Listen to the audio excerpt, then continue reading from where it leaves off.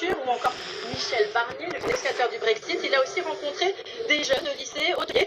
Tout cela a été assez serein, faut aussi dire qu'il est entouré par un véritable système dispositif de sécurité impressionnant, très étrange, très imposant. Et sachez qu'en tout cas, il ne devrait pas quitter le champ de l'agriculture. Merci beaucoup, Tam, pour toutes ces précisions. Merci, Valentin. Bien sûr, on ne mesure pas l'implication d'un président au nombre d'heures qui passe sur ce salon, mais un mot pour terminer avec vous sur cette visite d'Emmanuel Macron de se dispenser ce matin devant 500 jeunes, pas que directeurs d'ailleurs. Je crois qu'on ne mesure pas la durée du salon, mais on voit quand même que Emmanuel Macron prend le temps de lancer l'agriculteur devant toutes les filières. Alors c'est vrai qu'il n'a pas fini, il doit passer normalement vers un maximum de filières et il mettra du temps. Il marquera son programme, ça veut dire qu'il faut le temps d'interpeller par les agriculteurs et qu'il leur donne des réponses. Et je crois que ce qu'on vient chercher aussi au salon de l'agriculture, c'est ce contact avec les hommes politiques. Je pense que les Macron se prête à ce jeu. Alors oui, il n'y avait pas que des agriculteurs ce matin, il y a des jeunes et on se rend compte dans ce salon de l'agriculture que de nombreux jeunes veulent s'installer, veulent se faire agriculteur ou rentrer dans ce nouveau métier, ou le découvrir pour certains, et on est interpellé aussi au niveau des chambres d'agriculture par des jeunes qui veulent venir découvrir ce métier, mais qui ont déjà un projet plus avancé que peut-être les autres années. C'est un signe que l'agriculture intéresse des jeunes et ça nous fait plaisir. Oui. Lucas Spessart, un mot de commentaire justement. Oui, moi je voudrais revenir sur son discours ce matin qui a été offensif, qui a été dynamique sur l'Europe. Il faut qu'il entende aujourd'hui, le président de la République, qu'aujourd'hui la PAC sur le terrain, chez les agriculteurs, elle est perçue comme une PAC qui est administrative, une PAC qui est lourde, une PAC qui est distorsive.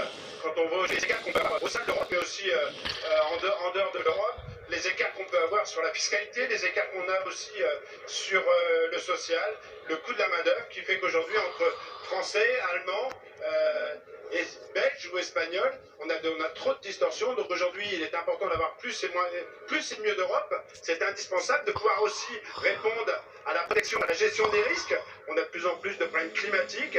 Comment aussi l'agriculture, et c'est là-dessus que la FNSEA s'appuie aujourd'hui pour montrer que les agriculteurs peuvent être source de sources face aussi au changement climatique, par du carbone.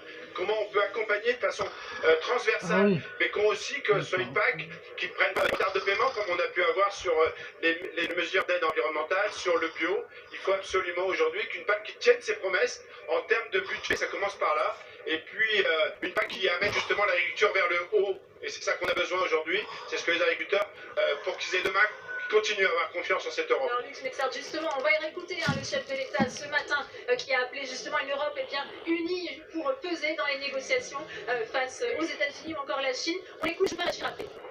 Oui, notre défi n'est pas simplement progrès, ça peut qu'il des tâches de plus de 60 politiques communes de cette évolution de la vie. C'est de présenter des politiques communes aujourd'hui. Et c'est une question de souveraineté, environnementale. C'est de pouvoir faire, en tant que citoyen européen, nos choix, la gestion européenne puisse se faire. C'est dans la vision.